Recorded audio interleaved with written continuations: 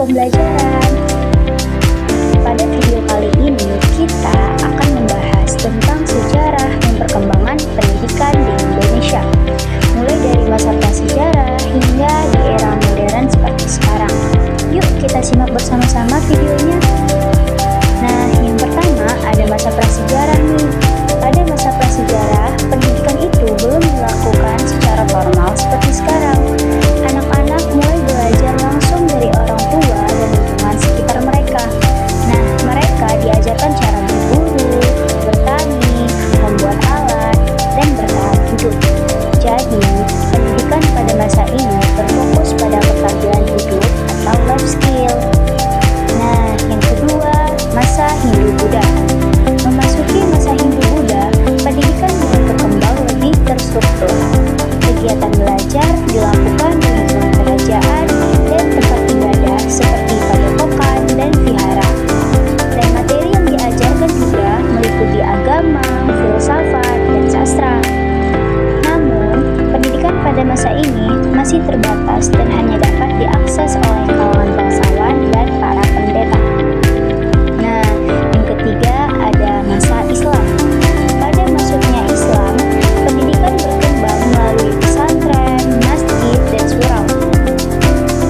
Nah, materi yang diajarkan meliputi Al-Quran, hadis, akhlak, fikih, dan bahasa Arab.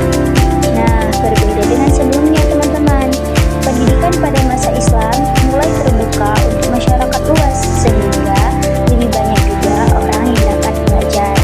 Nah, yang keempat ada masa kolonial Belanda.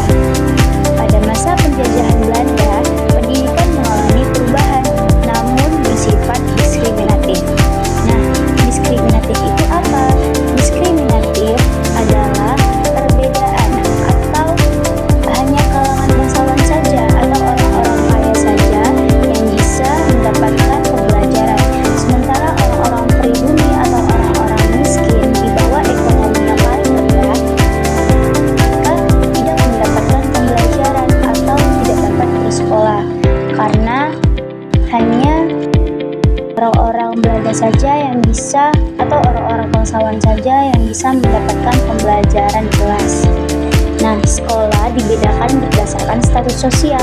Ada sekolah untuk orang Belanda dan ada sekolah untuk pribumi.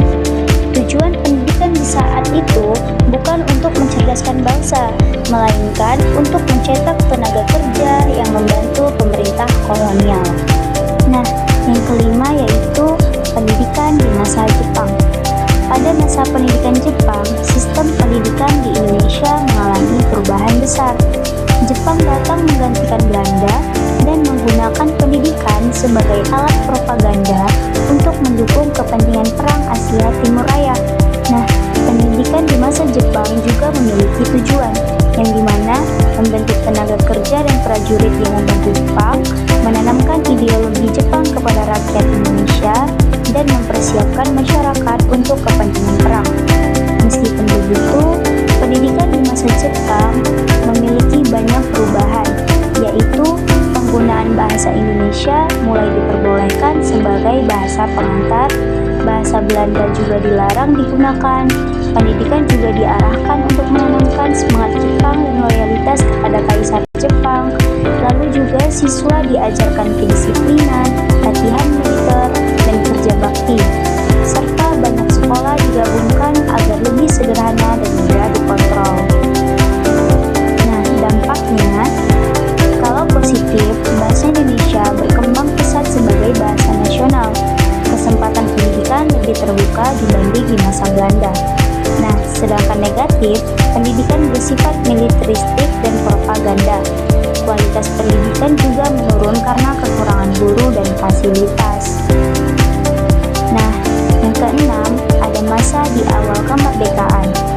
Setelah Indonesia merdeka, pemerintah mulai membangun sistem pendidikan nasional yang sesuai dengan cita-cita bangsa. Tujuan pendidikan diarahkan untuk membentuk manusia merdeka dan nasionalis, menghapus sistem pendidikan kolonial, mencerdaskan kehidupan bangsa sesuai Undang-Undang Dasar tahun 1945. Nah, perkembangan pendidikan yaitu di Didirikannya sekolah-sekolah nasional, bahasa Indonesia juga menjadi bahasa resmi pendidikan, pemerintah mulai menyusun kurikulum nasional, pendidikan guru juga mulai diperhatikan untuk memenuhi kebutuhan tenaga pengajar. Nah, tantangannya yaitu kurangnya gedung sekolah dan guru, kondisi ekonomi dan politik belum stabil, banyak juga daerah yang belum mendapatkan akses pendidikan. Nah, kebijakan penting yang ada di masa awal kemerdekaan ini yaitu untuk membentuk Departemen Pendidikan dan Kebudayaan, program pemberantasan buta huruf, dan pengembangan pendidikan rakyat. Nah, lalu yang ketujuh yaitu era reformasi. Setelah awal kemerdekaan adalah era reformasi, dimulai setelah jatuhnya pemerintahan Orde Baru di tahun 1998. Pendidikan mengalami perubahan menuju sistem yang lebih demokratis dan terbuka. Itu adanya desentralisasi pendidikan melalui otonomi daerah, kurikulum yang lebih fleksibel dan berpusat pada siswa, dan meningkatkan hak masyarakat memperoleh pendidikan. Lalu masuklah kita ke masa terakhir, yaitu masa modern. Pada masa modern atau masa era saat ini, pendidikan Indonesia berkembang mengikuti kemajuan teknologi dan globalisasi. Ciri-ciri pendidikan modern yaitu pemanfaatan teknologi digital dalam pembelajaran, penggunaan internet, komputer, dan aplikasi pendidikan juga digunakan. Pembelajaran juga lebih kreatif, inovatif, dan berpusat pada peserta didik. Perkembangan pendidikan modern yaitu munculnya pembelajaran daring atau online, penggunaan platform digital seperti e-learning, kurikulum merdeka yang memberi kebebasan belajar kepada siswa-siswi, dan penguatan pendidikan karakter dan keterampilan di abad 21. Nah, tantangan pendidikan modern adalah kesenjangan teknologi antar daerah, pengaruh negatif internet dan media sosial, serta perlunya peningkatan kemampuan digital guru dan siswa. Dampak positifnya yaitu informasi lebih mudah diakses di era ini, pembelajaran lebih fleksibel, dan siswa dapat belajar dari berbagai sumber di seluruh dunia. Nah, kesimpulan dari video pembelajaran di atas yaitu sejarah perkembangan pendidikan di Indonesia berkembang dari sistem informal berbasis bertahan hidup di masa prasejarah menjadi sistem formal diskriminatif di era kolonial hingga menjadi sistem desentralisasi dan digitalisasi. Transformasi ini menunjukkan pergeseran dari fungsi bertahan hidup menuju pemerataan ilmu dan penguasaan teknologi.